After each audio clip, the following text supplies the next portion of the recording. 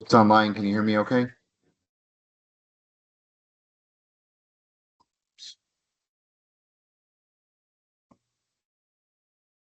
Okay, thanks.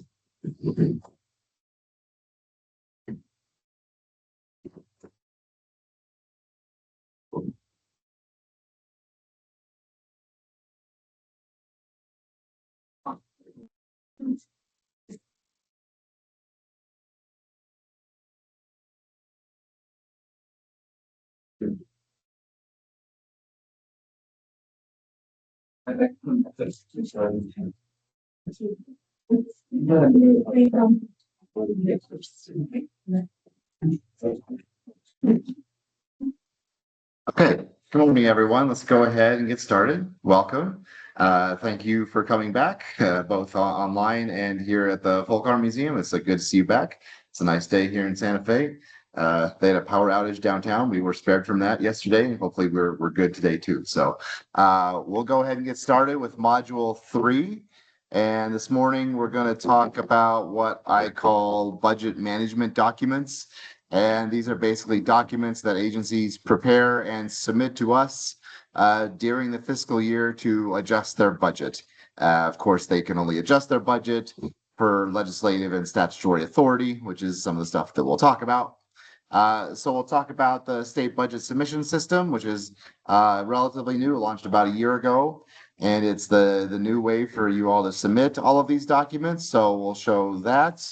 And then we'll get into the different types of documents. So we'll spend a lot of time on budget adjustment requests, on BARs, which are kind of the main type of these and kind of the most to talk about. So we'll get into all the details there. We'll talk about how to budget non-recurring appropriations via the OPBUD 4 process and allotment forms. We'll talk about a few special cases such as reauthorizations and companions. We'll talk about how to adjust non-recurring appropriations through the BRF process. And then we'll close out with a little section on creating budget projections. Very important.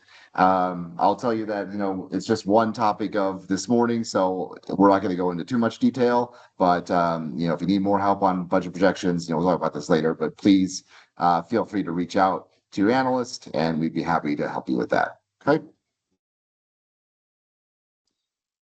So first, let's talk about what is the state budget division review process for these documents. And this is just so you know, when you send in a document, what happens on our end. Okay, so there's several different steps to the process. As you can see, we have multiple layers of review because we want to make sure there's a lot of places where there can be technical errors or stuff like that. So we just want to make sure that we've got multiple eyes looking on things so that if anything comes up, we can fix them. My mantra is almost everything is fixable, but the later it goes on, the harder it becomes to fix, right? So we try to catch things early and fix them first. Okay, so when you submit something in the system, which we'll talk about, where it goes initially kind of depends on what type of document it is. So if it's an OPBUD 4 or a BRF, which we'll talk about, those go straight to the initial analyst. So they're ready to do their first review. So basically your analyst, right? Your agency's analyst will see them first. Okay.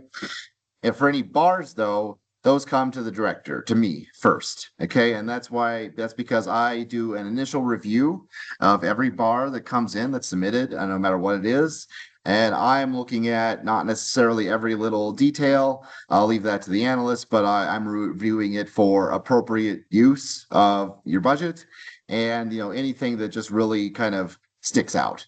And if I see something, I might send it back to the agency or I'll move it along, but I'll give the analyst a heads up of like, hey, they need to fix this when you're doing your review. So that's why I do my initial review. Okay. So then the first analyst, your analyst is going to do their review under step number 2. If changes are needed, if they're very minor, the analyst can do them. But if something needs to be changed with like the share journals or something like that, they can send it back to the agency for them to do the correction and then send it back to us. Every analyst has a team lead. Even the team leads have other team leads who review their stuff. So that's the second review, right? So they're going to review what the first analyst did, check it, make sure everything is good. If they catch everything, then they can send it back and get it changed. And then finally, it comes back to me for my final review. So I'll do one more check. And if I sign off on it, now what happens kind of, again, depends on what type of bar it is or what type of document it is. If it's a non-federal bar, okay, so basically any type of bar that has funding source that is anything other than just federal funds, by statute, LFC gets to review that bar for 10 days. Okay, so when I sign off on it, that 10-day wait starts and it gets moved over to a place in the system where the LFC can review it. And if they have issues, they'll reach out to us or possibly to the agency. And then once that 10 days is over, then we can post it. Okay. If it's a federal bar or if it's a BRF or not but four, after I sign it, it's immediately available to be posted. Okay. So in terms of posting, that meaning, posting those journals and share and actually making the change happen to the system. We have a team of posters. All of our principal analysts can post. I can post journals and share. So we divide it up by day, and make sure the posting gets covered. So they'll do that and they'll try to take care of everything that's ready to post on that day. If it was an OPBUD 4 that was budgeting an appropriation that requires an allotment form, and we'll talk more about all this stuff later, but for example, a general fund appropriation or, I don't know, land of enchantment or computer system enhancement fund, one of those funds that DFA is in control of, then you had to submit an allotment form as part of your submission. That allotment form gets sent over to Mark Melhoff, the state controller, so that he knows that this appropriation has been budgeted, and I being Mark, needs to send the agency the cash, okay, the actual cash, because he's in charge of that. So that's the final. Then it gets kind of archived in the system. You can generate a report for everything that's been posted. I'll show you how to do that. I'll give you a little tour of the state budget submission system later, but that will be from my perspective as a DFA analyst. So I want to go over just a few slides here for your navigation purposes. So if you or anyone else at your agency needs access to this system, please reach out to your analyst and you need to tell them like what sort of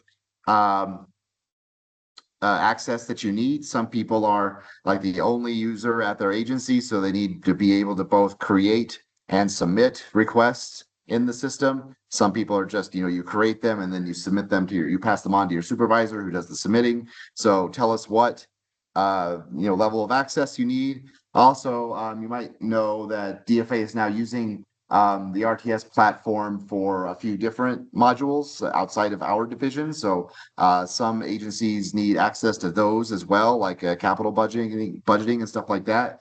So if you need access to multiple division or multiple modules, and maybe you already have capital budgeting and now you need state budget division access, please tell us that, because we don't want to accidentally give you state budget division access and remove your other module access, right? We don't want to do that. So just please make sure, tell us I have this and I need this, right? And that'll help us get that approved for you. Okay, so when you log in, you can see a few different things here. You click on all requests and you'll see different stages. If it's labeled under review, that means it's being under review by either at a level at your agency or by us. If it's pending posting, that means that they have completed and they're just waiting to be posted.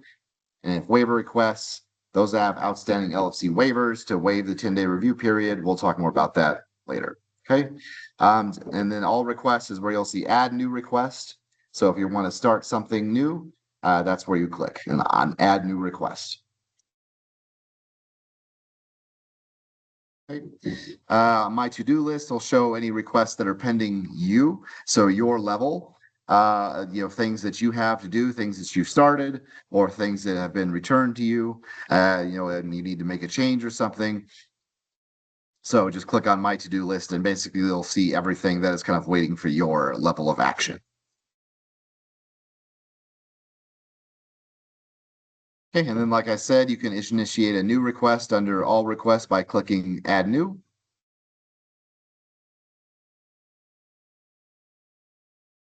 And then first thing you'll have to do is select the type of request from the drop down. So see there's, a few different types of bars, a couple different types of BRFs, etc. So make sure you're selecting the right type of request, because that will determine, the other lines that show up after that for what you have to fill in, right? So make sure you select the right type of request.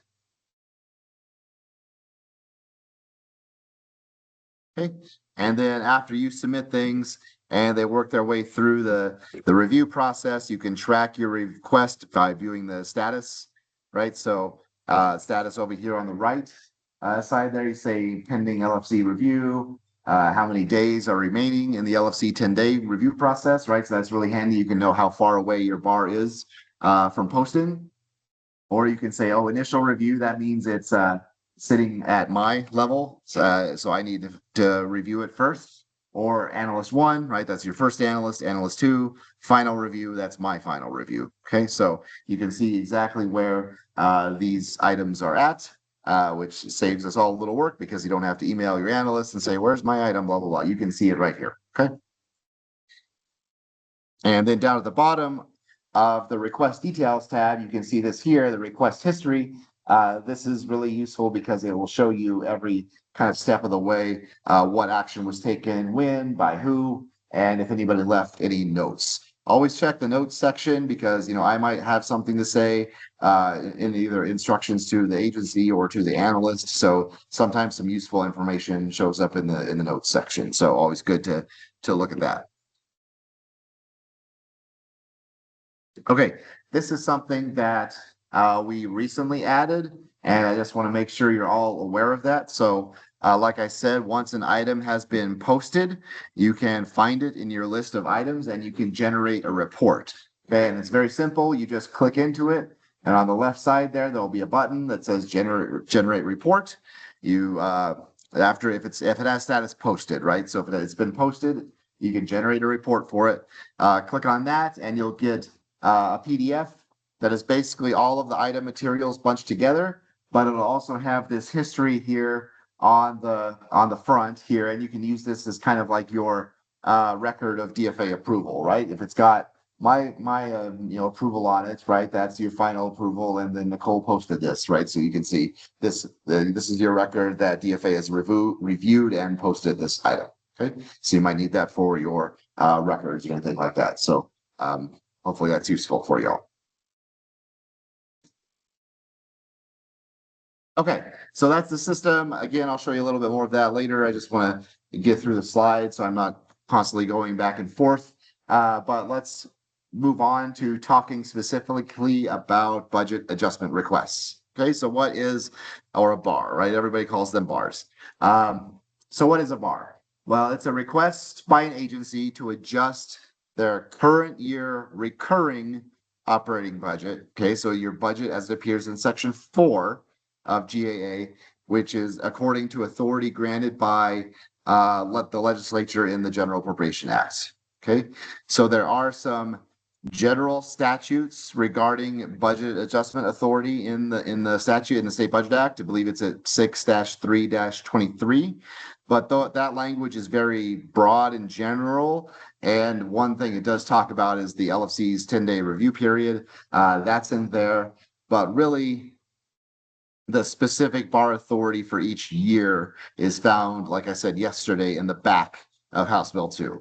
Okay, so we'll talk about that here in a sec, but that's where you really want to look at. Okay. Some agencies will do internal bars, and these are mainly agencies that budget at those lower levels that we talked about yesterday morning, like the department level with the 10-digit codes and all that stuff. So some agencies will do those. Usually they're called internal bars. You might call them something else, but that's just moving funds around below the P code level and within the same big expenditure category. Right. So you can do that yourselves without those types of internal bars having to come to DFA for our review. Right. Anything that adjusts your P code level budget or moves budget between expenditure categories has to come to us. Okay. Like I said previously, LFC has a 10-day passive review of all P code bars, except those that are exclusively federal funds. I call it passive review because they don't actively, approve it. They basically just let it sit for 10 days. And if they haven't done anything after 10 days, then it's basically approved and we can post it. Okay. They do have the power to object to a bar formally. It is very rare that they do that. What happens if that happens? We didn't have any, I don't think, in FY26. In FY25, I think it was 2. This is out of like almost 700 bars in one fiscal year. So, like I said, pretty rare. But what happens if they formally object to a bar? Basically, is that they send us a letter telling us they object to it. We cannot post that bar until there is a hearing usually at the next LFC hearing. They will go and have a hearing on the bar, and they'll talk about they can bring up the agency. They have to ask questions about the bar. But technically in the statutes, they cannot stop the bar. After the hearing happens, we can post it. Okay, so that's the LFC's power to kind of postpone and put a hold on a bar. Okay, so one note for any district courts that are here, you probably know this, but for the past several years or so, your budget looks a little different in Section 4. Your budget is not broken out by expenditure category in Section 4. It's just a lump sum. Almost looks like, a special appropriation. It's just one line for operations. So that means that you have the ability to basically set up your expenditure category budget however you want. And because of that, moving money between lines isn't subject to the LFC review, and courts do not have to do bars. So you submit BRFs where every other agency would submit a bar. Okay, and we'll talk about BRFs later. So there are 4 main types of bars, basically depending on the action that you're trying to do. Most of them are pretty self-explanatory. You can budget increase, which is request to increase budget authority according to whatever authority you have.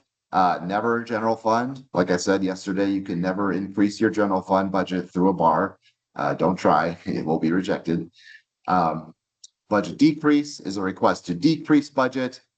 I also talked to them a little bit about this yesterday. That's really important to do if you've got like a federal grant going away, or your other state fund revenue is not tracking according to expectations. It's really important to submit those budget decrease bars to align your budget authority with the revenue that you're actually expecting to bring in. Okay. Category transfers. These transfer budget authority from one expenditure category to another. So, for example, asking to move expenditure budget from the 200s to the 300s, or the 400s to the 200s, something like that.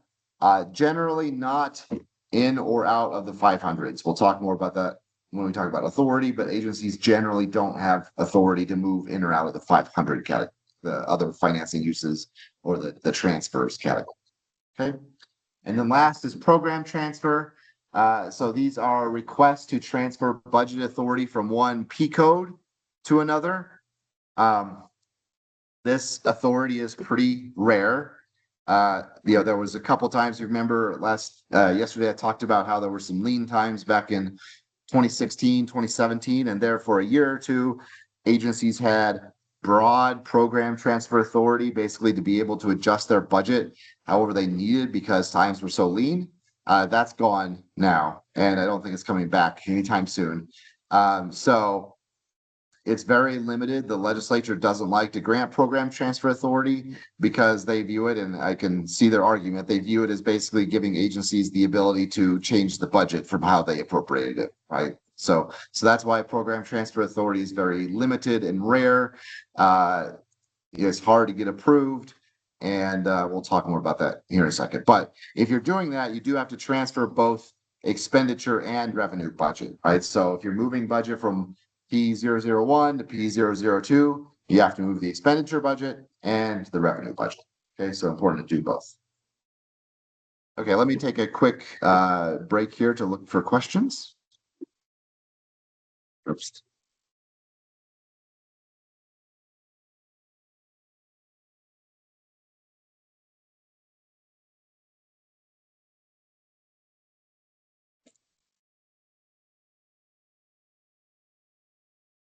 Here in chat, do we still need to also send the request via the SPD submissions email after submitting on the platform? No, you do not need to do that. That email is being, kind of phased out almost, except we use it for operating budgets and budget requests. We don't use it for bars or anything anymore unless the system goes down or something like that. So generally, no, you do not need to submit that. Okay. Any questions here in the audience? Yeah.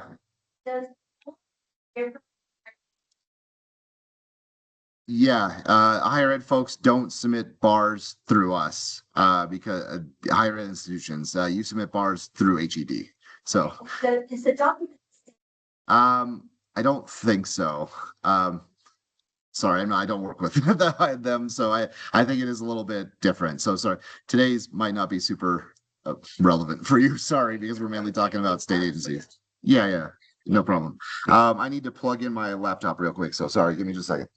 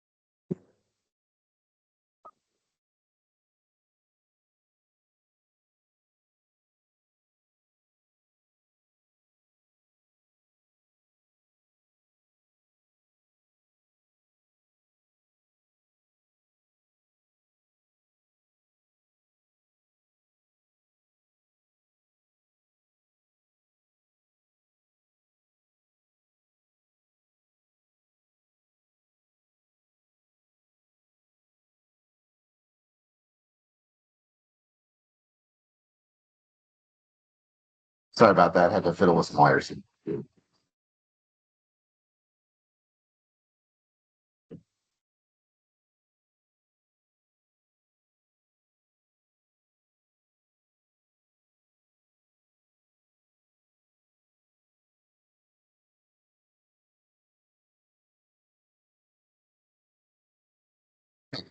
So let's talk about statutory authority for bars. So like I mentioned, they are in statutes. They're mentioned in statutes in the 6.3.23 through 6.3.25. Again, that's just kind of the general process for doing bars and the LFC's review period. It's not very specific. So we'll talk more about the GAA on the next slide. So the other place in the statutes where you might find bar authority, I mentioned this yesterday, and that's why it's very important to know your special revenue fund statutes, right? So if you look up your special revenue funds, they might have phrases like you see here.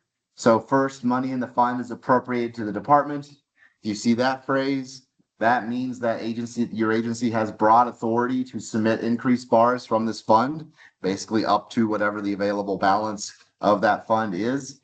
That may or may not be a good idea, right? Spending down on the balance of the fund, but that is technically your authority. Compared to that, to money in the fund is subject to appropriation by the legislature. Okay. So if you see this phrase for that fund, that means you do not have the authority to request increases beyond what is specifically mentioned in the GAA for that fund or for all agencies broadly. Okay. So keep that in mind. These are kind of like the most clear phrases. Some funds might not have language that is that clear. So sometimes it could be hard to figure out. So if you've got one of those funds, reach out to us and we'll help you try to figure that out. We'll talk it over with our lawyers if we need to, no problem. So yeah, if you're confused, let us know. Okay. So like I said, the other place you find authority to do bars is in the GAA or House Bill 2. Section labels can change slightly from year to year. They're always in the back of the bill, but depending on how many sections the legislature sticks in, they might be slightly different. For the past few years, they've been like they've been like section 12 or 13. So that's usually about where they are. But first is section 3I. So like I said, this is in the front of House Bill 2 in section 3. And this allows agencies with this language here, this is taken directly from it, excess revenue from Board of Finance loans, other acts of the legislature, gifts, grants, donations, insurance settlements, etc. You use 3I to justify your bar. Okay, so this is most commonly used for budgeting federal grants, right? That word grants there, that basically lets you budget, do federal increase bars. Okay, so you want to cite 3I as your authority to do that. Please do be careful with 3I. Sometimes I refer to this as magic 3I because I feel like sometimes agencies might not be sure about what their authority to do a bar is. So they'll put 3I and hope for the best. So just be careful. If it doesn't fall under this language here, reach out to your analyst. Again, we'll help you try to figure it out. Okay, just be careful. 3I is not as broad as some people tend to. Okay. Over here on the right, so in the back of the book, the first section in the back of the bill is special bar authority for agencies that are valid for the remainder of the current fiscal year. Okay, so this year in the 2026 GAA was section 12. Like I said, that's what it's usually been for the past few years. Of course, that was for the remainder of FY26. So it's now FY27. So this section is now expired. Right? You can't use this section to do bars anymore because it's no longer FY26. Okay, but down at the bottom, that's an example of what it might look like. Okay, the Board of Veterinary Medicine may request budget increases up to $100,000 from other state funds. So it'll tell you the revenue source and then the purpose, right? To make disbursements from the animal care and facility fund to qualifying package. Okay, so that's an example of what special agency bar language would look like. Okay. After that is a bigger section because that is for the following year, okay, the next fiscal year. So this year it's in, so your full citation would be Laws 2026, Chapter 67, Section 13. Okay, so this is where you find all of your bar authority for FY27. Okay. So there's a few different sections or subsections within this section. And first, it's going to establish general bar authority that is granted to all agencies. Okay, it kind of defines what a bar is and calls back to the statutes and all that. And then it gets into section C, subsection C. C is authority for category transfers among PSNB contracts and other. Right, you 200s, 300s, and 400s. It does not say the 500s, like I said a minute ago. So unless you get special authority, you cannot transfer budget into or out of the 500 category. Right? And that's kind of understandable because if you didn't have special authority and you're like, I'm going to take $1 million out of PSNB and move it to the 500 category so I can send it to this other agency. Again, the legislature would view that as you kind of getting around the budget that they set up, right? Oh, I'm not going to spend $1 million. I'm going to give it around to this other agency. The legislature didn't budget it that way. Okay. Subsection D is what we call the 5% rule. So agencies and this is authority for agencies with appropriations from other state funds or transfers to request increases up to 5% of the amount budgeted in section 4. Okay, so if your other state funds appropriation in section 4 in a certain P code is $1 million, let's just say, then you could submit a bar to budget up to $50,000 more. Okay, because $50,000, 5% of $1 million. Okay.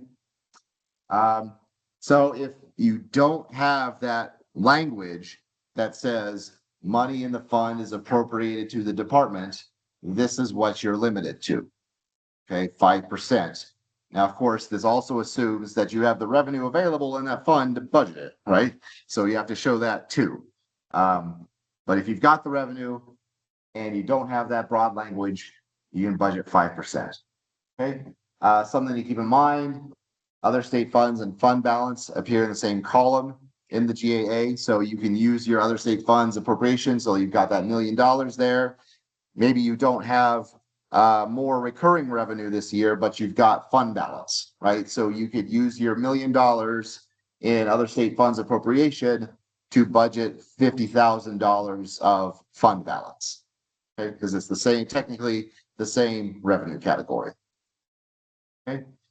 If you've got both other state funds and transfers, that 5% authority is limited to each source separately, right? So you can't use your other state funds appropriation to increase your transfers budget or vice versa, or you can't combine them and give you more budget. Okay, you just have to treat everything separately. Okay. So after section D, the 5% rule, you have subsection E, and that looks like section 12. It's a list of authority that is granted to specific agencies, right? The special authority. So it'll look a lot like look like a lot like the language here for Board of Veterinary Medicine. Okay, it'll have a usually often an amount, a revenue source, and a purpose, right? Let's say what they can do that for. So you'll see a list of that in subsection A or E, sorry. And then just to reiterate, I say blanket program transfer authority is extinct. I think that's basically true. I would not expect that to come back anytime soon. Again, it's difficult even to just get limited program transfer authority. Okay, so you might be wondering, how do I get me some of that special bar authority? Generally speaking, you have to submit a request for it. Okay, and this is part of the budget request process, I just want to talk a little bit about it here since we're talking about bars.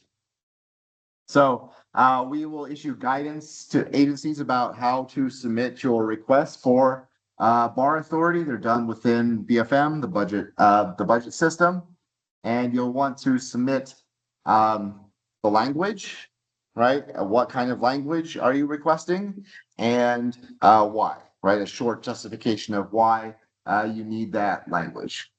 Okay. Just a reminder that both DFA and LFC will recommend bar authority. Keep in mind the LFC does draft the bill, so they tend to have a little bit more control of the process. But we will, if it's something that the executive supports, then we will try our best to get it in, but we can't make any guarantees.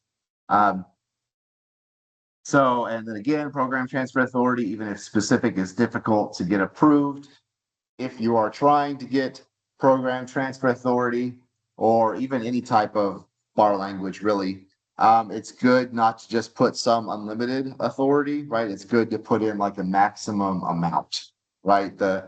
We may request budget increases up to $1 million, or may request transfers from one P code to another P code up to $500,000 or something like that. That's not going to guarantee that you're going to get approval, but it might help, might increase the chances. Okay. It's very important to get the language right. If you need help drafting the language, again, please reach out to us. We've had folks doing it for years and years now. We know what it looks like, what the kind of template and format looks like. So, if you need help writing that bar language for your request, let us know and we'll help you. So bar language is generally not due with your budget request on September 1st. It'll be due a little bit later. Probably this year. We'll tell you for sure in August, but probably October, end of October. It's probably when it'll be due, along with supplementals and deficiency requests.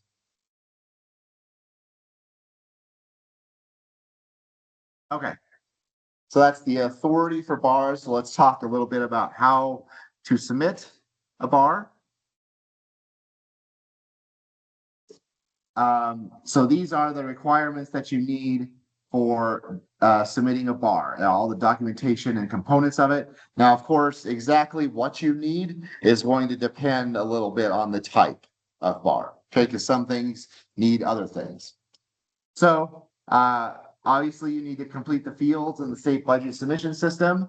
You need a CFO certification form. So those are available on our website. And just a note on these. So we no longer require the old bar form that you submitted before the submission system launched. Some people still fill them in and submit them, and that's fine if you want to do that. It's just not required. But I would say that the reason why we created the CFO certification form for the submission system is that because we took out the requirement for the old bar form, there was no way for the CFO to kind of certify it. So that's why we created a very simple CFO certification form. If you're still submitting the old form and your CFO signs it, then that's okay too, right? You don't have to do the separate CFO certification form, but that's why we created it. Okay. Of course, you'll need copies of your budget journals. You want to download them to share, turn them into PDFs or some kind of other uploadable format. You want a bar narrative. You can create that in Word and also convert it to a PDF. The bar narrative is basically the narrative justification for why you need to do the bar. And then backup documentation, that depends on the type of bar, like I said. So this could include, and we'll talk about the different types here and what you need, but it could include a copy of the specific statutory authority you have. And I like to say this, you don't need to include a copy of general authority. Okay. So if you're doing a federal bar and you're using 3I as your authority, you don't need to include a copy of 3I from House Bill 2. Well, we know what that is. That's our job. So that's okay. But if you've got special authority, like one of those special lines in section 12 or 13, please include a copy of that. That way we can easily see it. Okay. If it's a federal grant award, you'll want to include the federal. If it's a federal bar, you'll want to include a copy of the federal grant and the federal budget worksheet. If you're using the 5% rule, there's a 5% worksheet to fill out to show how you're calculating your allowance there.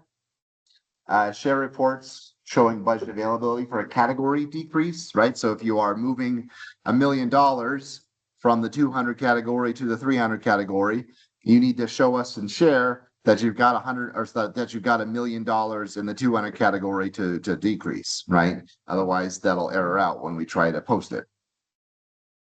Okay, and then budget projections showing the need for the bar, especially on transfer bars, right? If you're moving money to your 300 category, you need to show us projections that show, okay, I've got, based on what I'm projecting to spend for the rest of the fiscal year, I've got room in this category to decrease, and I need to usually address like some projected shortfall or deficit in some other category, right?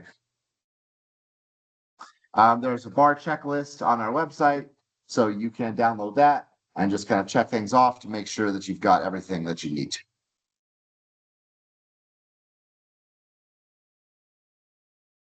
Okay, so the first thing that you'll do in the system, once you've clicked on Add New and selected the type that you're submitting, is you'll have to fill out these these fields here. So like I said, these fields kind of replace the old bar form, so that's why we don't strictly require the old bar form anymore. So again, we're doing bars here, so we're talking about section 4, your recurring budget. So you see up on the top right, use the bud ref in the class for your section 4 budget for that fiscal year. So in FY27, things are going to be bud ref 127 and class K 0000. And then make sure you fill out all the fields as required. So you want to include the journal numbers, right? Every bar has an appropriation journal, so that's why that one is required. Not every bar has a revenue journal, right? Category transfers don't have revenue journals, so you don't need that. But if it's an increase or a decrease bar, those need revenue journals as well. Okay. So then you want to fill out the lines here, and these lines are pretty similar to what you'll be doing in Share. So, you need to put in what your fund is, your P code, your revenue source, the expenditure category, the amount of increase or the decrease. So one thing, and this is something we've been trying to emphasize lately, if you put amounts in the decreased column, don't make them negative. Okay. The fact that it's in the decreased column will adjust it accordingly and make it a negative number, but we don't want to put them actually negative in that decreased column. And that's for reporting purposes. We collect reports and data and stuff, both us and LFC, on all the bars that are submitted. So if you're putting negative stuff in the decrease amount, that'll throw off the totals. Okay, so just all numbers here should be negative, or sorry, positive. That is a little different, of course, when you're doing the share journals, and if you're doing a decrease, then it is a negative number. Okay, but here we just have separate columns for increase and decrease. Okay, and of course, if it's a transfer bar, then you want to make sure everything balances out to zero, right? If you're transferring between categories. And if it's an increase bar or a decrease bar, then you want to make sure that your revenue and your expenditure journals equal balance. Okay. Include the appropriate statutory authority and CFO certification. And then down below, these lines here, they're spaces for attachments, right? So some are labeled like attach allotment here, attach bar form here, was certification here, and then there's a space for other, right? So if you have something that doesn't fit into what the other labels say, you can always attach it in the other place.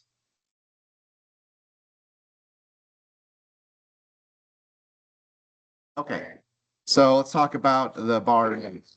Okay, there's a couple different types. So make sure you're using the right narrative for the type of bar that you're using. These are all available on our website to download. So there's separate narratives for budget increases, decreases, or category transfers. We don't have a separate one for program transfers just because they're so rare. But you can adapt the category transfer one if you're actually doing one of those rare program transfer bars. So basically, this is a narrative justification of why the bar is necessary. Okay, so be sure to complete it thoroughly and accurately, and be specific about what the funds are being used for, right? Because keep in mind, this might be a legal thing, but you are requesting to change your budget in some way, so you do have to justify it. Okay, it's especially important for category transfers, such as requests to move budget into or out of the 200 category. Okay, if you've been around, for a few years, you've listened to different LFC or HAFC or Senate Finance hearings, you know that the legislature watches this stuff quite a bit, right? Both into and out of the 200s. It used to be more focus on moving money out of PSNEB, basically saying, oh, you're taking your vacancy savings and you're moving it out of the 200 category at the end of the fiscal year to buy a bunch of stuff. That must mean that you're overfunded in PSNEB, things like that. Okay. In the past couple years or so, it's kind of shifted to the other way. And now they're placing a lot of scrutiny on moving money into PSNEB to pay for what they call out of cycle pay increases, which are basically raises that you give employees that, above and beyond what was approved in House Bill 2. Okay. And there's a lot of concern that those increases are not sustainable, or that you're kind of boxing the legislature into a corner and saying, well, we gave these people raises and next year you better fund us for them or we're not going to be able to pay our people, right?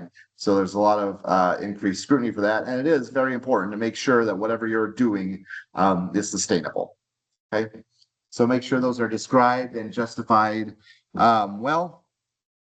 Keep in mind that I review the budget director for appropriateness. The LFC will review later. They might have questions. And, if in those rare cases where they actually protest a bar and it gets to a hearing, this stuff would be public. And technically they are still public. They could be, requested by through an IPRA process or, things like that. So just keep that in mind when you're completing the narrative. Make sure the information provided on the narrative matches what's on your form, on your backup documents, right? Like make sure all the numbers match. Make sure I'll see this a lot. They didn't change the statutory authority. They used the same bar of the narrative, which is then they, updated it, which is okay. But, eventually you'll be like, oh, well, this statutory authority is like 3 years out of date, right? So make sure you're updating everything that needs to be updating. Okay. There are some, yeah, there's some completed bars on our website if you want to look at them. They are old. They have the old format, the old form, but it's basically all the same stuff with good examples. So if you want to see that, they're on the Budget Bootcamp website.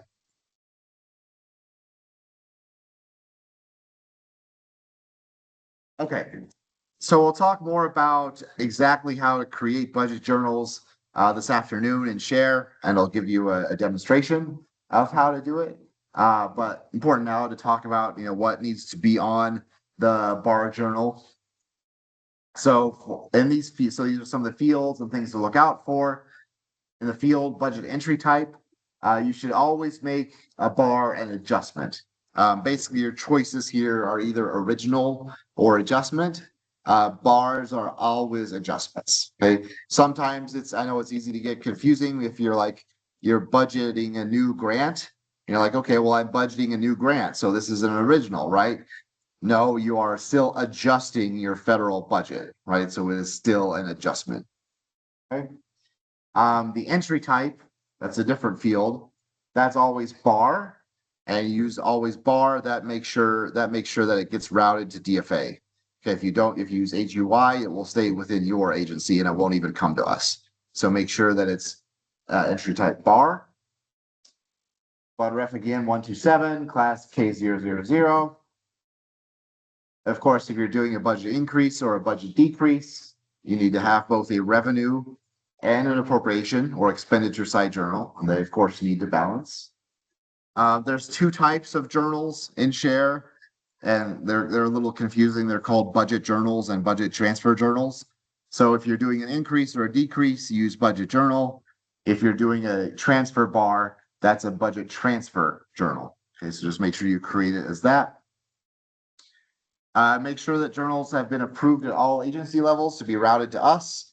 So most agencies, if you've got the budget analyst creating the journals and they have someone above them, your CFO, your ASD director, your budget director, whatever their title is, they are the ones who actually submit it to DFA and Share. So make sure they have been routed and approved at all levels before you send it to us for our review. It's somewhat often that we will do our review, we'll check it in Share, and it hasn't been submitted to us and we can't find it, or we have to look it up. So make sure you approve it everywhere. Okay, and then department level decrease journals for transfer bars. So these are very important. If you're a bigger agency and you establish a budget at the department level, right, those 10-digit department codes, we think of that as like the child budget, right? And your P code is your parent budget. Okay. If we try to post let's say you're moving $100,000 from the 200s to the 300s, and we try to post an appropriation level journal, a P code level journal that decreases your 200 category budget by $100,000, and you have not done that at the child level, that journal will error out. It will get what's called a child exceeds parent error because you're trying to make your child budget more than your parent budget. Okay. So to avoid that, what you have to do first is you have to create, submit, and approve at the agency level a department level decrease, right? So in that example, you need to create and post a $100,000 decrease in the 200 category at the department level, at that 10-digit level, right? And you can do that entirely yourself. That's a agency level thing, but you should include a copy of that posted journal with your submission. That way we can see that it's been done, okay? Because that way we know it won't error out when we try to post it. Okay. Unfortunately, it can't be done as a transfer. You have to do it separately, right? So two separate journals. You do the decrease, you post that, we do our review, okay? And then after we post it, then you can go back in, the last bullet here, and create and post a department level increase. Okay, so and again, our example, after we post the bar, that's when you go back in and you post that category, that 300 category increase at the department level. Okay.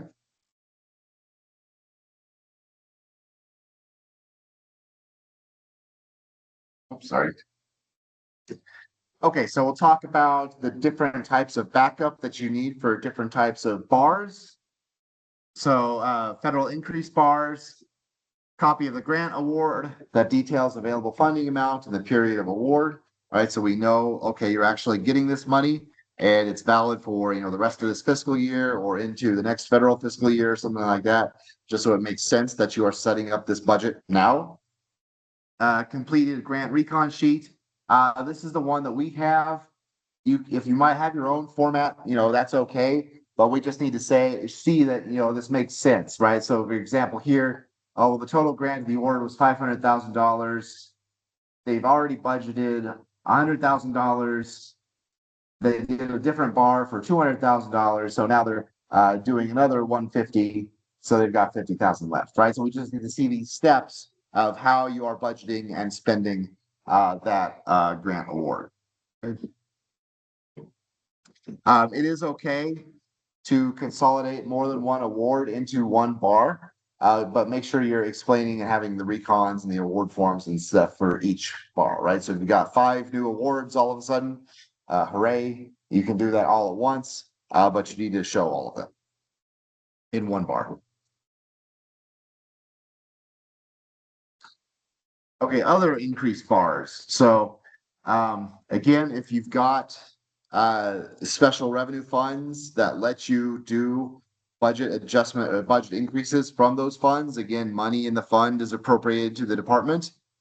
Please include a copy of that fund statute so we can just easily look at that and be like, okay, they've got that authority, that's understood.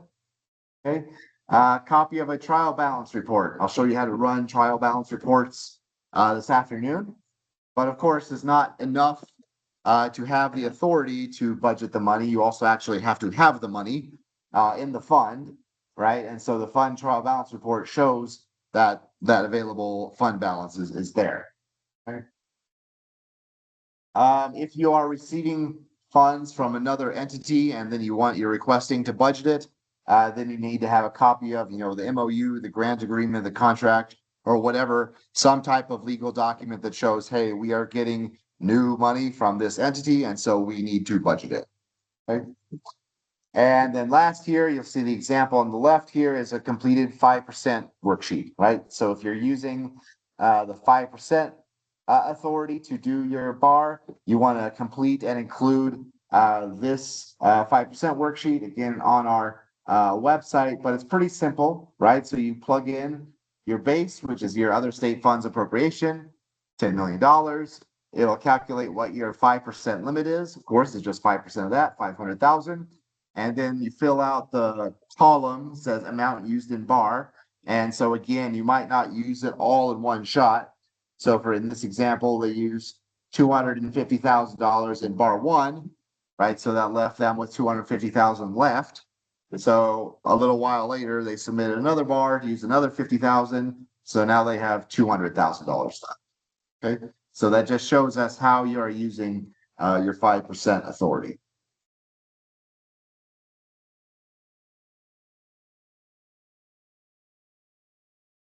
Back up for transfer bars. So you need up-to-date budget projections for that P code, showing the need for the bar and also that you have budget available in the 200s, right? Like maybe you have $1 million in the 200s now, right? But what do your projections show?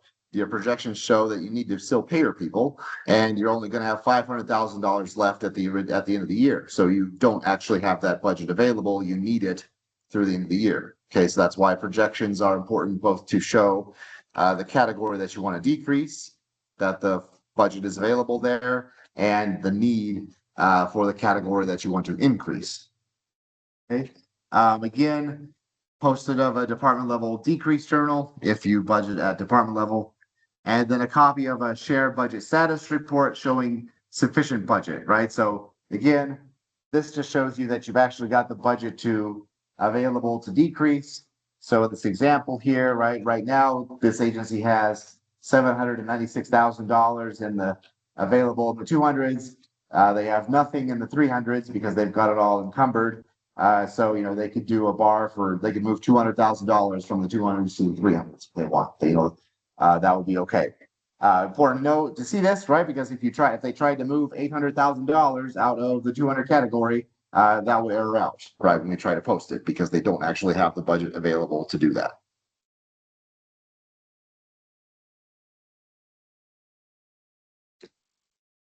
Okay, so this is just some guidelines for I know that bars can be a lot. You might have to submit a lot of them. Like I said, we process upwards of 700 a year, just bars. That doesn't include output fours and BRFs and the other stuff we'll talk about. So it's a lot, right? So we want to try to there's some guidelines that we issue where you can kind of consolidate actions into one bars to at least try to reduce some of the amount of paperwork that we all have to deal with, or virtual paperwork, I guess it is now. So one limitation though is that each bar can only contain actions of one type. So you can only put increases, decreases, or transfers on. They have to be separate. You can't combine an increase with a transfer. So keep that in mind. So multiple actions of the same type can be included on the same bar. That's okay. And they can even be from different funds and different P codes. Okay.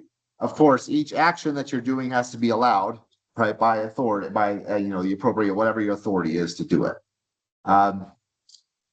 Every bar, including exclusively federal funds and thus exempt from LFC's 10-day review, must be separated from bars of other revenue types, right? So you can't, if you're doing a increased bar from a federal grant and an increase from a special revenue fund, you can't put those on the same bar if you want the federal bar to be exempt from the 10-day review process, right? You need to segregate your federal only bars, okay, and those will be exempt. If they've got any other revenue on them, then they will go through the 10-day wait.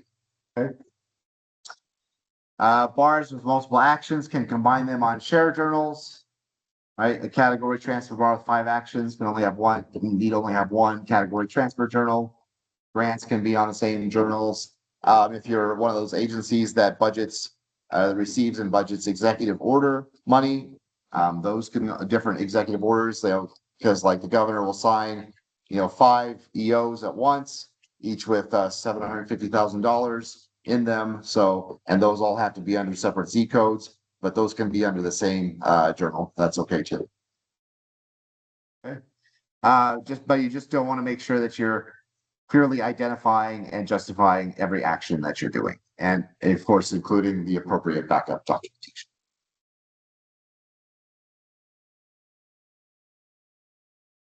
Okay. We'll talk about this and then we'll take a little break. So the bar 10-day waiver process. So again, like I've kind of mentioned, it is possible for agencies to request a waiver from the LFC's 10-day review period. Okay, so this comes up in circumstances where, for whatever reason, you've got an emergency and you need your bar to be posted like real soon. Okay, like you need to meet payroll or something like that. We hope that doesn't happen, but it can occasionally happen. So if that's the case, you can ask the LFC to waive their right to hold a bar and review it for 10 days. Just to be clear, that is entirely their decision. Okay, we can help you and we might support it, but in the end, it's up to them. Okay. So basically, here's how you do this. You'll complete your bar as normal. There's a box on the request details tab in the system that says you check and that you are submitting a 10-day waiver. There's a form that you'll fill out and sign and attach that with your submission. We'll review our bar as normal. If you ask us to expedite it, we'll try to get it through as soon as we can. We'll review it again after I do my final review. It'll go to the LFC. The LFC might have some questions for you about why you need to have the waiver. So you should be prepared to answer them. Why do you need this posted like right away? But it has to be signed either by the director or the deputy director over there. Okay, so if they have questions and you answer them to their satisfaction, they will sign off on it and will be notified, and then we can post the bar as soon as we are notified that the LFC has signed off on waiving their 10-day review. Okay, so that's how that process works. I would say try not to, use this too much, right? Like if everything is an emergency, then nothing is an emergency. You know what I mean? So try to only use this process or ask for this process when you really need it. Okay. Otherwise, just try to submit your bars ahead of time, where you know that okay, this is going to take at least 10 days to get through the system, so we'll be fine until then. Okay. All right. Let me take a quick check for questions.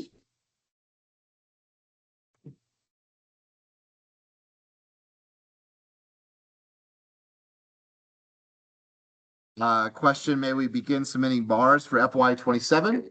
Yes, you can submit bars for FY27. If you were here last year, you might remember we had a bit of let's call it a soft moratorium on bars of the first quarter of FY26. We are not doing that this year. However, we do ask that, before you just, kind of like reflexively submit the bar, just look at your budget and think, do I really need to submit this now? And if you do, that's okay. But just think that, we're still in the first month of the fiscal year. A lot can change between now and March or April or May. So just take a look at your budget and think, do I really need to submit this now? Or can it wait a bit to see how things actually shake out? Because sometimes we'll do bars and then they might not even have needed them in the end. Okay, so just do keep that in mind. Okay. Any other questions before we take a break? Any questions from here, the audience?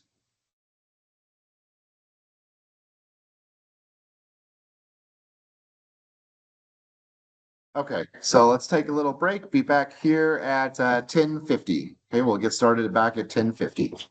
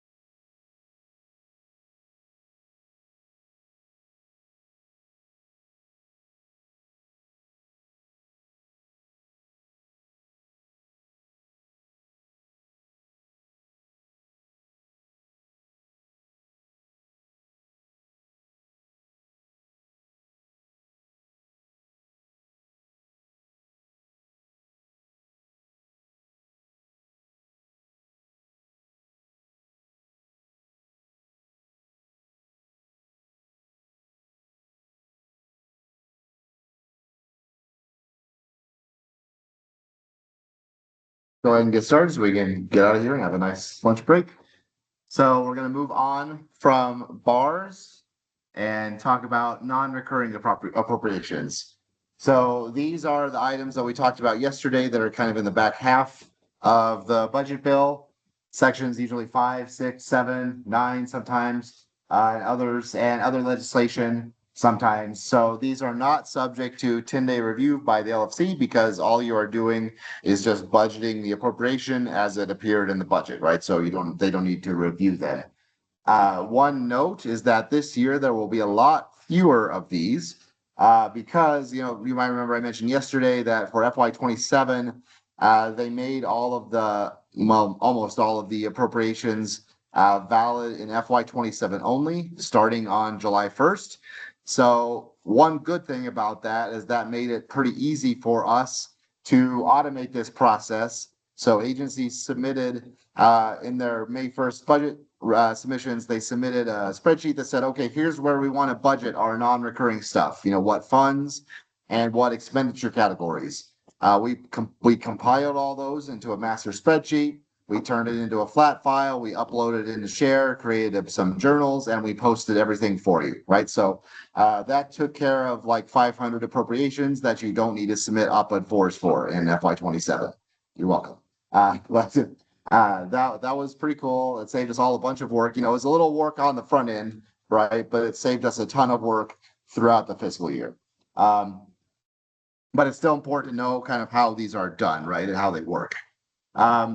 So like I said, these are lump sum appropriations, so they're not defined by expenditure categories usually. So agencies have authority to establish budget as you want, of course, according to fulfilling the purpose of the appropriation. The one exception to that is you can't establish budget in the 500 category unless it's specifically directed by the appropriation or for some reason it is needed to fulfill the purpose of the appropriation. You can't just do it willy-nilly. Again, that's because that would be sending money to another agency, maybe not the way the legislature intended to appropriate it. Okay. A very important document that we produce after the budget is signed is called the Table of Budget Codes. So that gives you basically all of the information that you need to know to be able to budget these. So it has everything that's in the House Bill 2. It establishes Z codes, right? Those are the department codes that they fall under. So everyone has a unique Z code. Everyone has a unique class code, which is basically the same except without the Z on it. Everything has a bud ref, which tells you how long the appropriation is valid for.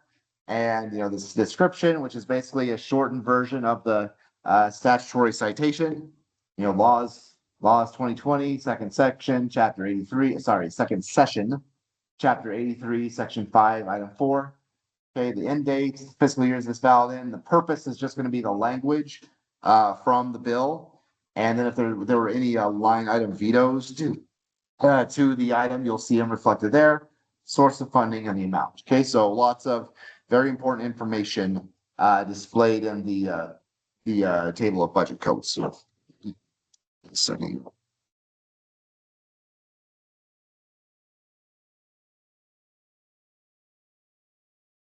So, what are the components of a complete op-ed 4 if you do need to submit these op-ed 4s to budget these appropriations? Of course, completed fields in the submission system, the CFO certification form.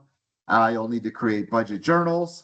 Of course, since you are establishing a new budget, you'll need both the revenue and the appropriation journal. Budget entry type should be original, right? Because you are establishing a new budget, right? So the budget entry type should be original. Entry type should be op-ed 4, so that's pretty simple. It's handy to include a copy of the appropriation line from the table of budget codes. That way we can just very easily check what you entered against the budget code table and make sure everything is correct. Okay, and then there might be some special backup depending on what you're doing. So if the appropriation is from the general fund, the computer system enhancement fund, or the tobacco settlement fund, or some other fund that is managed and overseen by DFA, you need to include an allotment fund or allotment form. right? So that's the form that you complete and sign. And when we are done and we post it, we send the form over to Mark, and Mark knows, okay, I'm going to send you the cash for this form, for this appropriation. Okay. A copy of the PCC certification letter. So section 7 contains those IT appropriations, right? And if you're an executive agency, executive branch agency, you are subject to the PCC certification process. So if you went before them and you requested that, $1 million of this $5 million section 7 appropriation be released, then they will say okay, usually, and they'll have a letter that they issue after the meeting that says, okay, you are approved to budget this $1 million, right? So you want to include the copy of that letter so we know, okay, you are authorized to budget $1 million from that appropriation. Trial balance report, if you are, this is fairly rare with UPBud 4s, but it can happen that you are budgeting from fund balance, especially in a reauthorization. So you'll want to include a trial balance report to show us that you've got the available fund balance. And then occasionally, you'll see language in the bill that said that the appropriation is contingent on something, right? Most usually it's contingent on some bill being passed and signed by the governor, that, create, like it's a new fund, for example, and there's an appropriation into this fund. The fund had to be created in separate legislation. So it'll say $1 million into this fund contingent on passage of Senate Bill 183 or whatever, or similar legislation creating the fund. Okay, so we just need to see that, oh yes, this legislation passed, it was signed, the fund was created, and so you're good to actually budget this appropriation.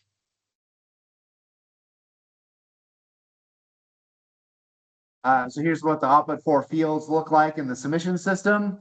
Again, pretty standard. It's got all the information that you would expect to see from the budget code table, the class, the bud ref, the Z code, the fund. You just want to make sure that you complete, of course, the revenues and the expenditure side, and they have to balance, of course. Make sure you're submitting a balanced budget, copies of the journals, and then below that, anything else that you need to attach. Just some reminders here, use the corresponding information from the budget code table, include the statutory citation. So there's a box for your citation. So again, that's kind of the description. You want to insert that in there. Yeah, your expenditure category budget as desired to fulfill the purpose of the appropriation. Make sure you use this correct 6-digit revenue code. So again, a lot of these are general fund. So you use 499105. Please include both journal numbers. Right, CFO certification. So this was on the old UPBud 4 form, and we transferred it over to the new CFO certification form. And I think this trips up a lot of people. There's a box there that you check if the appropriation is in section 6 of the GAA. Okay, so if you'll remember, section 6 is where you find supplemental and deficiency appropriations. So that just requires one kind of extra level of approval from your CFO that says, yes, I understand that there are no other sources of funding. I need this money, or our agency needs this money to fix this shortfall or to address this problem. So I am certifying that. Okay. A lot of people will see this check no matter what. Again, it's only for your kind of section 6 certification that you need this money to address this issue. Okay. Of course, you complete your journals, make sure all the information on the journals matches what you submitted in the system. You can submit multiple appropriations on one UPBud 4, right? So if you got 5 appropriations, you can submit, and they're all valid at the same time. You can submit them all on one UPBud 4 to try to reduce some work. Of course, make sure that you're budgeting revenues and expenditures equally on each appropriation. And you can do them all on one appropriation and one revenue journal.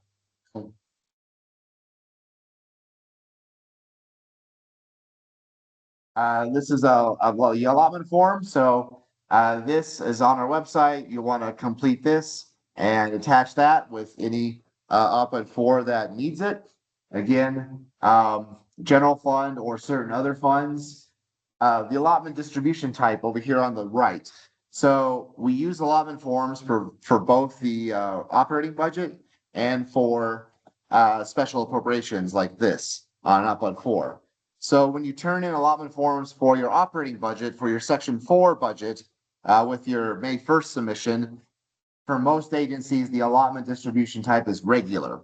And that means that you're getting those regular 1/12 allotments, right? You're getting 1/12 of your general fund operating budget each month. These are different, and you're going to go ahead and click accelerated. That means you're getting the money all at once.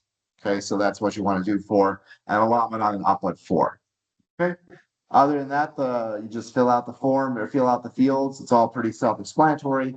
Again, a lot of the same fields, a lot of the same information that you've been providing elsewhere. I added this bullet because this seems to be happening a lot lately. Some agencies will submit allotment forms when they don't need to submit allotment forms. So again, you only need allotment forms if it's the general fund or some fund that DFA by statute is the manager of. So that includes the Tobacco Settlement Fund, the Computer System Enhancement Fund from Section 7, the Land of Enchantment Fund, the Opioid Settlement Fund, the Grow Fund. I think those are about the main ones. Okay. If it's from your own fund or your own fund balance or anything like that, some special revenue fund that it belongs to you, like, for example, the Game Protection Fund at the Department of Wildlife, right? You do not need an allotment form for it, right? Because you are budgeting it from your own fund. The purpose of the allotment form, again, is for us to send it over to the state controller so that he knows this appropriation has been budgeted. I am the manager of this money. I can send this money to them. Okay, so that's why you fill out an allotment.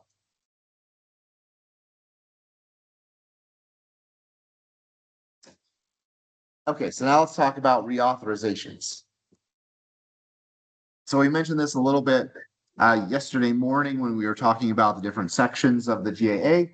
But let's say you've got a $10 million Section 5 appropriation, and you're getting into the fiscal year that it's valid, and you're trying to spend it, but it looks like you're not going to spend all of it by June 30th, when it expires. Okay. If you think you're in that situation, you can ask for that appropriation to be extended. Okay, so that's usually just for one more fiscal year, and that will be due. Those requests are usually due at the same time as supplemental and deficiency and bar language requests, so probably end of October. So that gives you basically until the end of October to figure out whether you're going to spend it all or not by the end of the fiscal year. Okay, so you'll submit those in. Those are recommended by the executive, by the DFA, and by the LFC, like other things.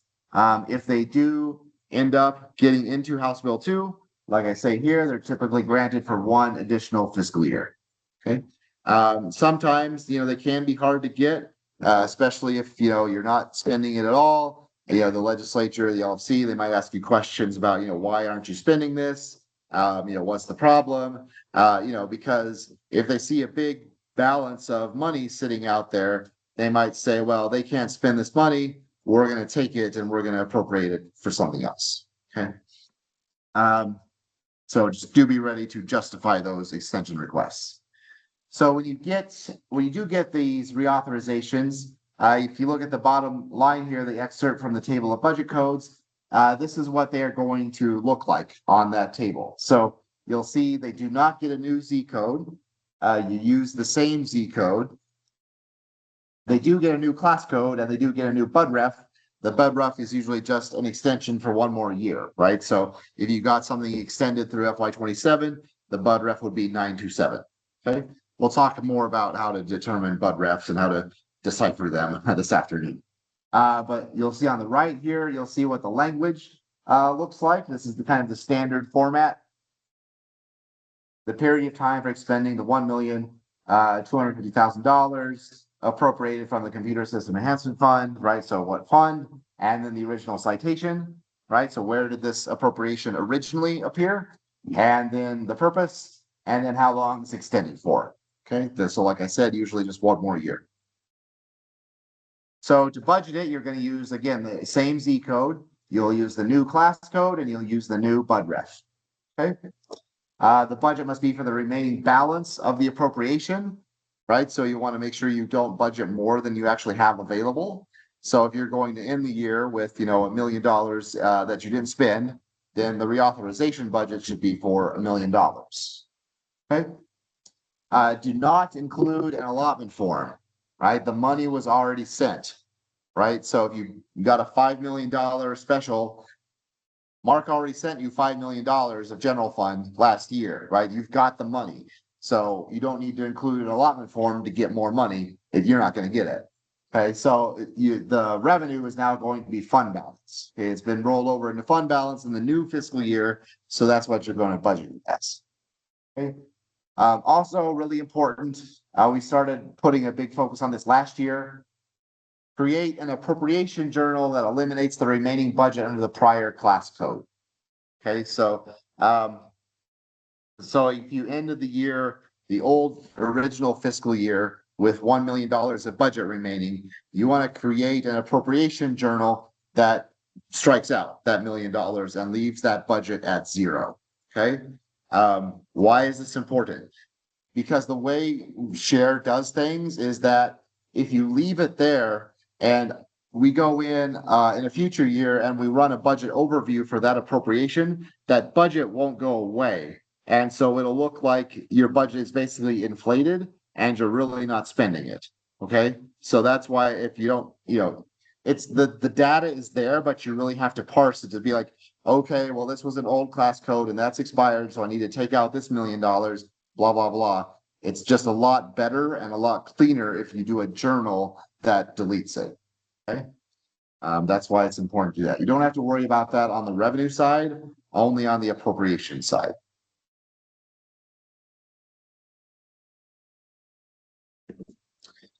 Okay, so now we're into companion bars and output fours. This is a little complicated, and you might be lucky and hardly ever have to deal with that, in which case you can tune out the next 2 minutes. But otherwise, it's kind of important to explain if you do have to deal with them. So there's two possible use cases for these. So one is some agencies transfer funds from special revenue funds into their operating fund or their operating budget. Okay.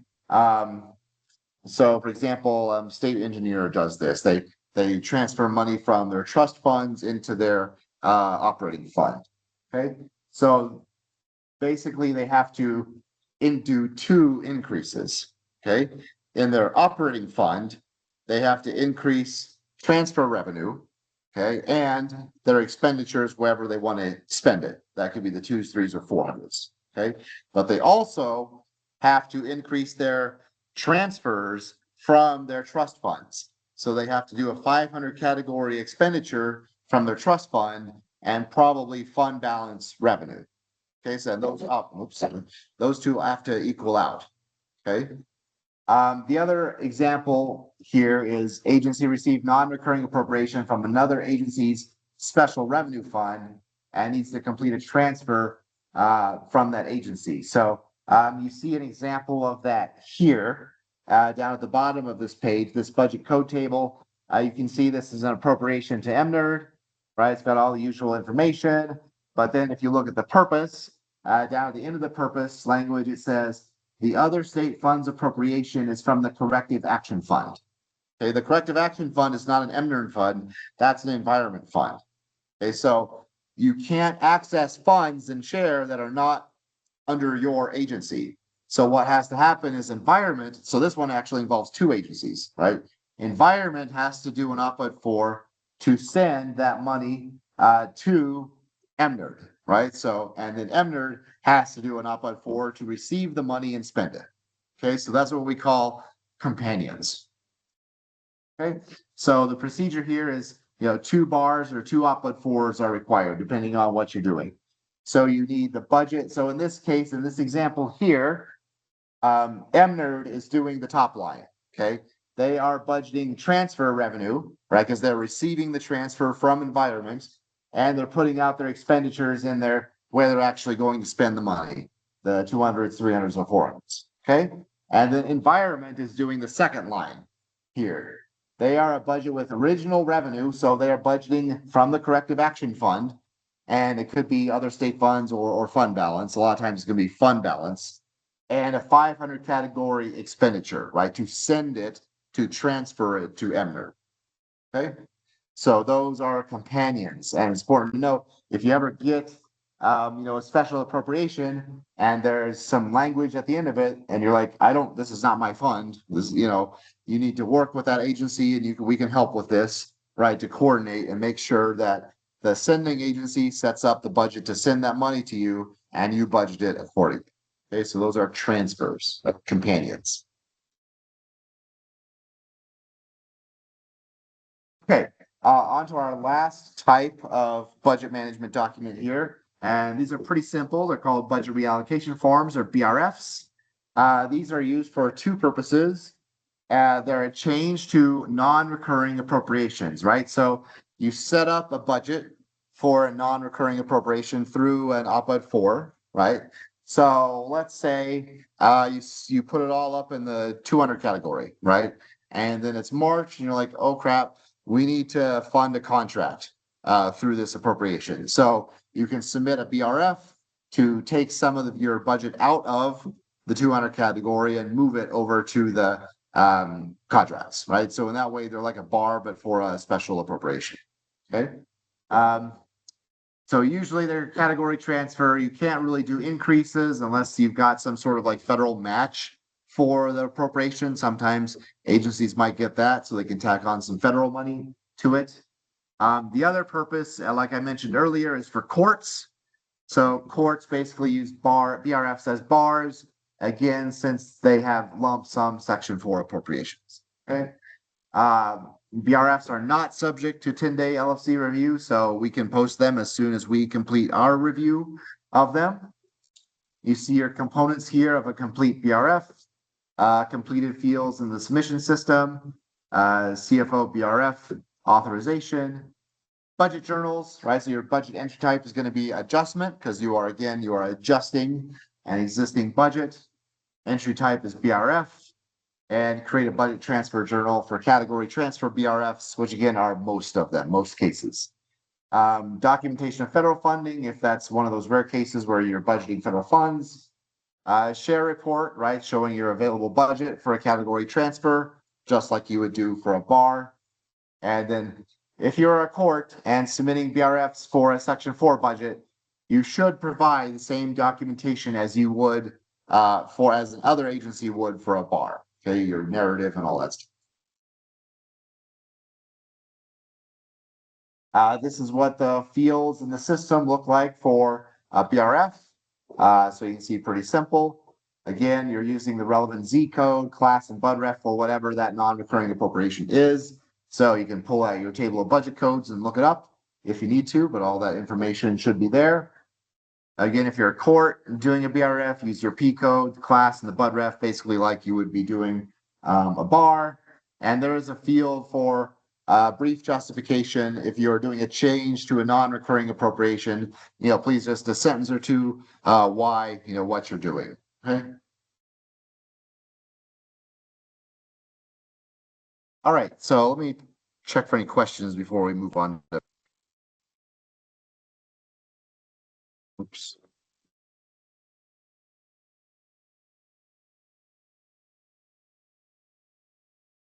Any questions from teams or any questions here at the moment? Okay. We will go on with projections.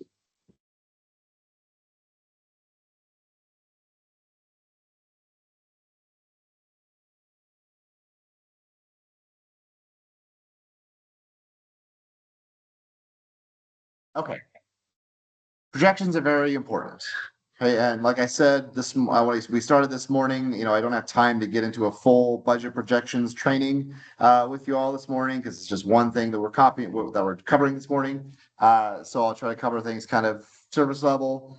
But if you're having trouble or need some help, please reach out to us. We would be more than happy to schedule one-on-one training with you. Your analyst, Simon and Cecilia in our office are very good at projections and getting this stuff together. So please reach out. It's very important to have accurate projections because bad things can happen if your projections aren't accurate. For example, I'm not going to call anybody out, but about 6 agencies had to take emergency actions last week to meet the last payroll of FY26. Right? Unfortunately, everything worked out okay, but if you're finding yourself out of options, you're out of budget and you can't pay your people, and that's very bad. So that's just one reason why it's very important to have accurate budget projections. Okay. We have FY27 template available on our website under the budget adjustment request tab. We did update it. If you're from an executive agency, you know that we added longevity pay last year, and we created a new account code for it this year. You see on the second box there, 520710. So now expenditures for longevity pay will be showing up there.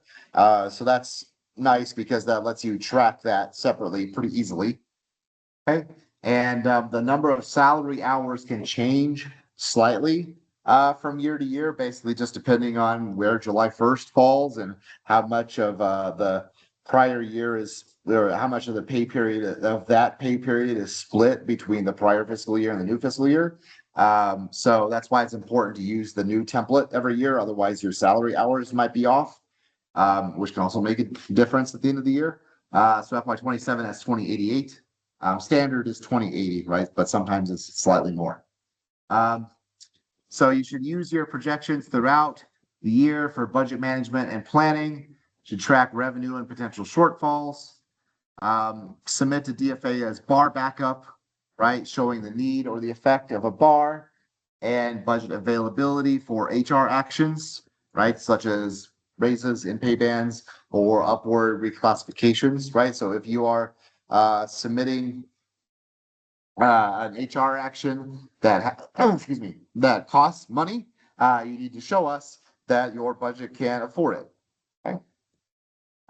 You should do projections by P code, and there are different tabs for the different funding sources within that P code. Okay. The category tab in our template is a summary roll up, and that copies from the different detail tabs. So you shouldn't need to enter anything in on the category tab. It pulls everything over from the various other tabs.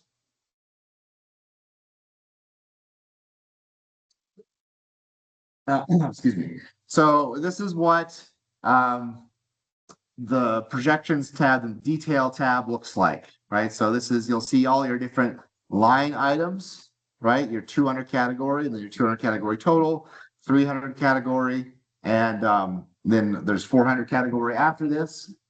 So you want to populate columns B and C with your line item budgets. So when you set up your budget for every year, you should have, we don't appropriate at the 6-digit line item level, but you should be generally budgeting at that level, right? And you can make adjustments as you need to at the line item level. That's okay. But you want to set up your budgets as approved in column B, and then reflect any budget adjustments in column C, right? So if you're taking 50,000 out via bar, put that in column C, and then add it somewhere else. Okay. I'll talk about revenue adjustments here in a bit. Columns E and F. So basically where you see the gold or yellowish columns, those are where you do manual entry. White columns are calculated. Okay. So you want to enter in E and F with your actual expenditure and encumbrance data from share reports at the detail level. So we'll talk about how to run those reports this afternoon. Where do you get all that information from? So you want to fill those in, right? That's just showing you, okay, my original budget minus my expenditures, right? And then column I, projected expenditures in the 200s, right? So we'll populate from data entered on the salary projections tab, and we'll talk about that here in a minute. So under column I, in the 300s and 400s, that's up to you, right, to manually enter okay, I've got my budget. I've got how much I've expended and encumbered so far in columns E and F. And then in column I is how much I still expect to spend, right, this year, depending on what hasn't been spent yet. And so that is manual entry for the 300 and the 400 category. PSNEB is automatic and it's calculated based on what you're entering in on the salary tab. Okay.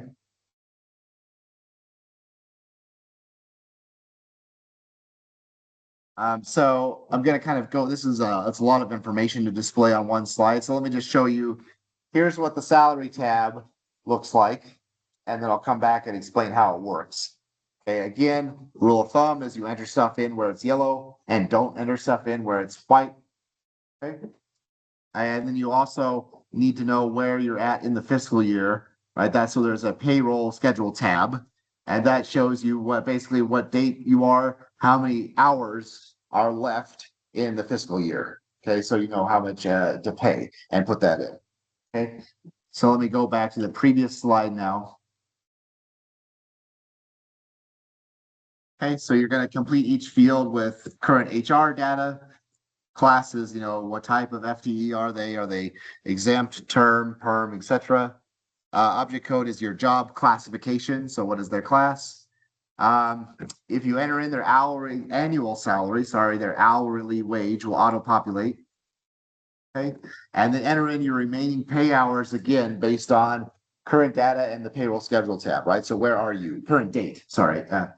So where are you in the fiscal year? What's today's date? It'll tell you how many hours you have left to pay people. Okay. Insurance costs per pay period, depending on your employee's insurance plan and salary. That stuff you should be able to get from your HR folks. Okay, and then projected remaining costs for each line item will automatically calculate, right? So the template will take all of that information and it will calculate, okay, based on this person's salary and their insurance and how many hours are left in the fiscal year, then it'll calculate how much is going to cost to fund that person for the rest of the fiscal year, both in their salaries and their benefits. Okay, so that's why that's complicated. So that's why this is formula driven, right? You don't have to figure this out yourself. Okay.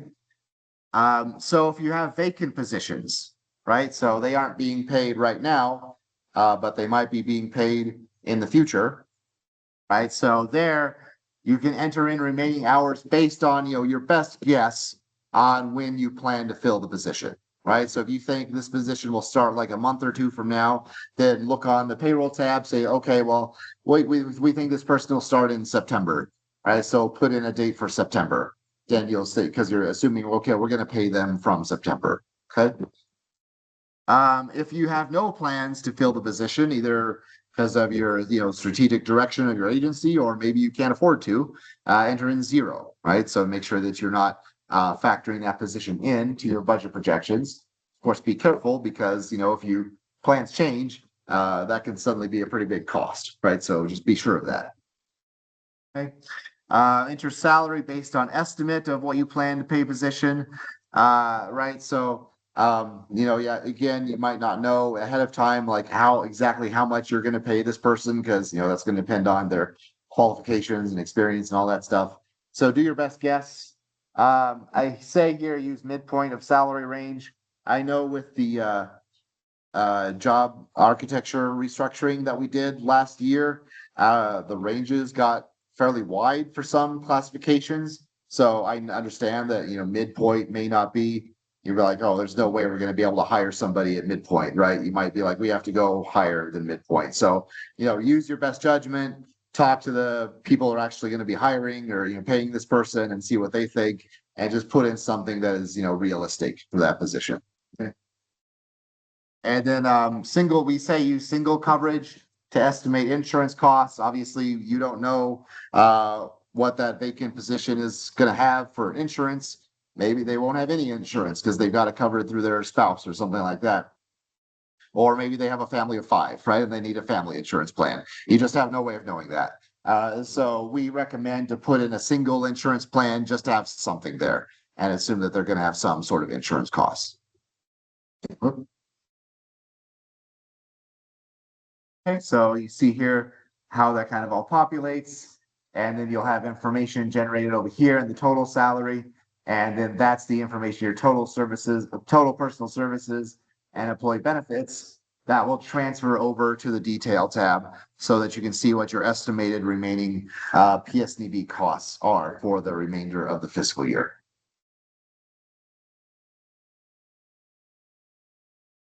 Okay, revenue adjustments. So this is a little wonky here, but again, like I've said several times, you can't ignore the revenue side of your budget, right? General fund is kind of the exception to that because again, your general fund is your general fund and you are guaranteed to get your general fund budget unless, times get bad and there's a special session and the legislature cuts general fund budgets, right? But you at least have a lot of warning if that happens. But otherwise, you are guaranteed to get your general fund budget. You're not guaranteed to get your federal funds budget or your other state funds budget, right? Keep in mind, there's a big difference between the budget that was appropriated in the legislature, kind of based on our best understanding of what you anticipate to receive in revenue, right? That's your budget authority versus the actual money that you are bringing in during the fiscal year, right? So maybe Department of Wildlife said, okay, we're going to bring in $8 million from hunting fees this year, right? And so the legislature said, okay. And so they have an $8 million budget from hunting fees, okay? But something happens, I don't know, there's really bad fires or something like that. And, the hunting, for whatever reason, there just can't be as much of a season as well, for whatever reason. And so Game and Fish is like, wow, we're only going to bring in like $7 million in hunting fees this year. Okay, that's our best projection. But keep in mind, your budget was established at $8 million, right? And unless it changes, it's still going to be $8 million. So if you're projecting to bring in less than that, you need to account for that.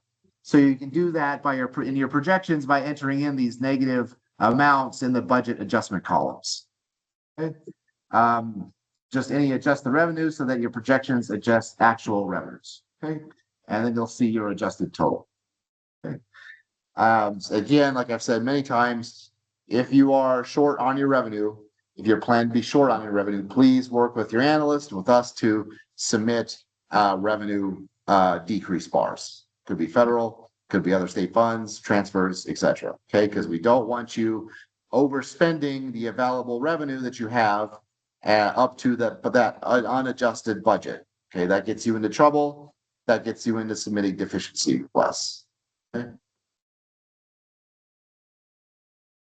And that is the end of module 3. Let me show you the state budget submission system really quick, and then we'll wrap up and take a lunch break. So give me 1 second. I do have some questions here. Oh, sorry. Can I show the tab again so we can see what you're referencing? When is appropriate to include comp liability in the projections? So sorry, let me show the tab real quick if you want to, while I'm answering this question.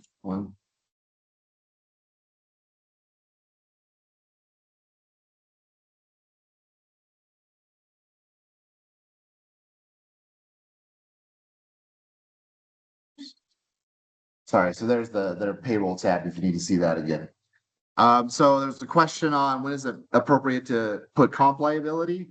Assuming you're talking about the rates, so you'll get a rate that you'll need to build into your projections, right? If you have like other comp liabilities from special cases or so that might affect your agency in some way that you need to end up paying, if that's what you're talking about, then I would, build them in as soon as you know about them and anticipate that, yeah, this is going to go through. But otherwise, make sure you have all your rates, right? You get your rate schedules at the beginning of the year, even before the beginning of the year, and then those are built into your budget. So make sure you have your rates all built in accordingly, not just for liability, but for all the other stuff as well from GSD and do it.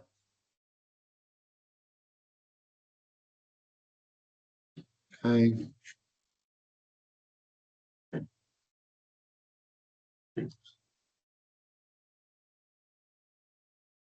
Oh, comp time earned for payroll. Sorry.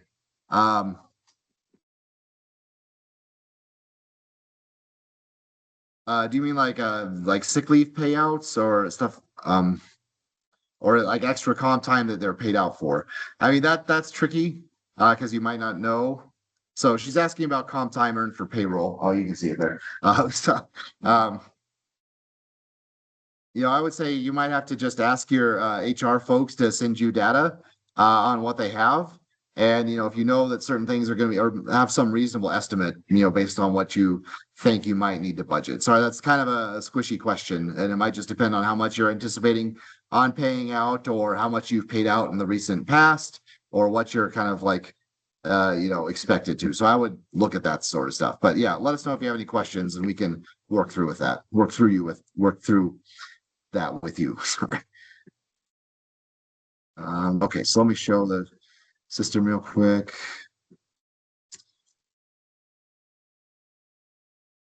Oops, did I do?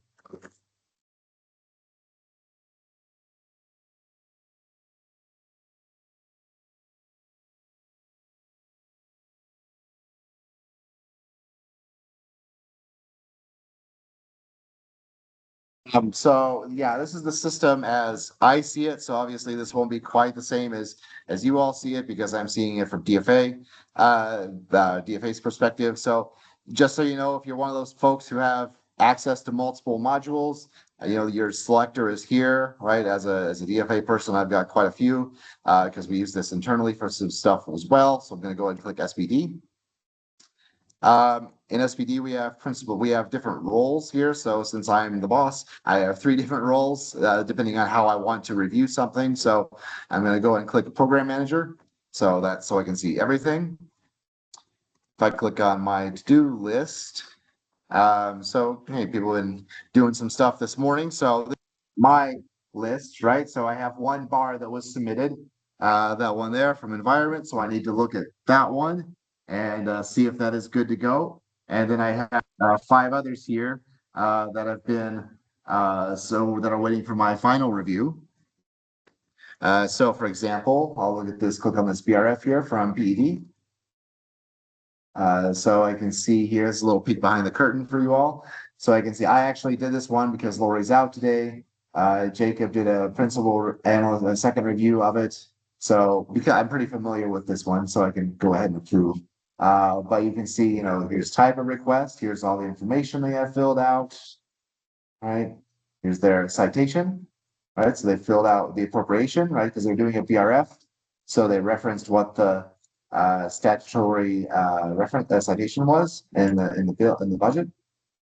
We do have this additional journals field here. This is like if you have a department level decrease journal, you can put that there. Okay. And they're budgeting some extra. I know they're budgeting some extra budget appropriation that wasn't budgeted last year, so that's why they're submitting this here.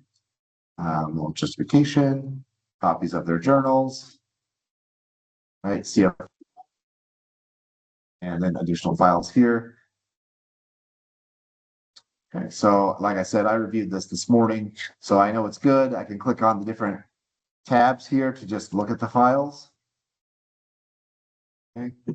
I don't know why they included this because this appropriation is not from the consumer settlement fund. So we're not going to worry about that. And there you go. So I'm going to go over here to approve. Click on submit.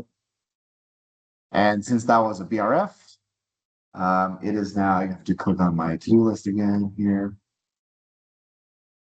So there it is. Now it's moved to pending posting. And as a program manager, I have authority to post as well. So that's why I see that, right? You only see what is appropriate for your level, right? So if I go to analyst 2, principal analyst, right? Our principal analysts, they can post, so they see this one here, and there's 4 that are available that are ready to review at the principal analyst level. Okay. So that's what it kind of looks like, and it works much the same as you all. I did have so someone here mentioned that they couldn't see the generate report button, so I thought that had been launched for everyone. So sorry if you can't see that, but I will work on trying to get that fixed for you all. Okay, but again, it works generally the same for everybody. It's just that we have slightly separate permissions. Okay. Any questions before we take our lunch break or anything else that you want to see in the submission system here? Any questions about here? Yeah, back there.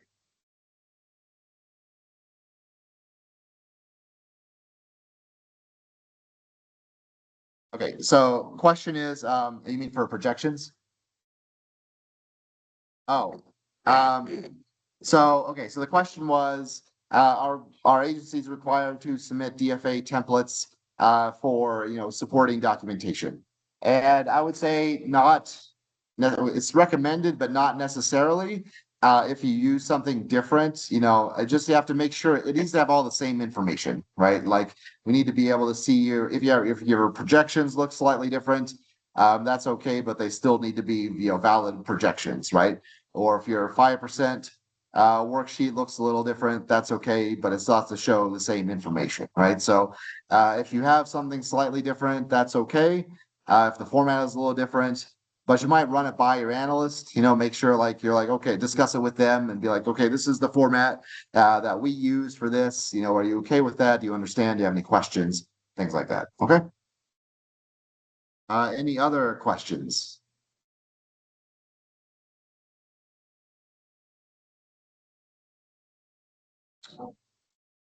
Okay, well, thanks everyone. We will go ahead and we will break for lunch and we'll be back here at 1 o'clock to wrap things up. Thanks everyone.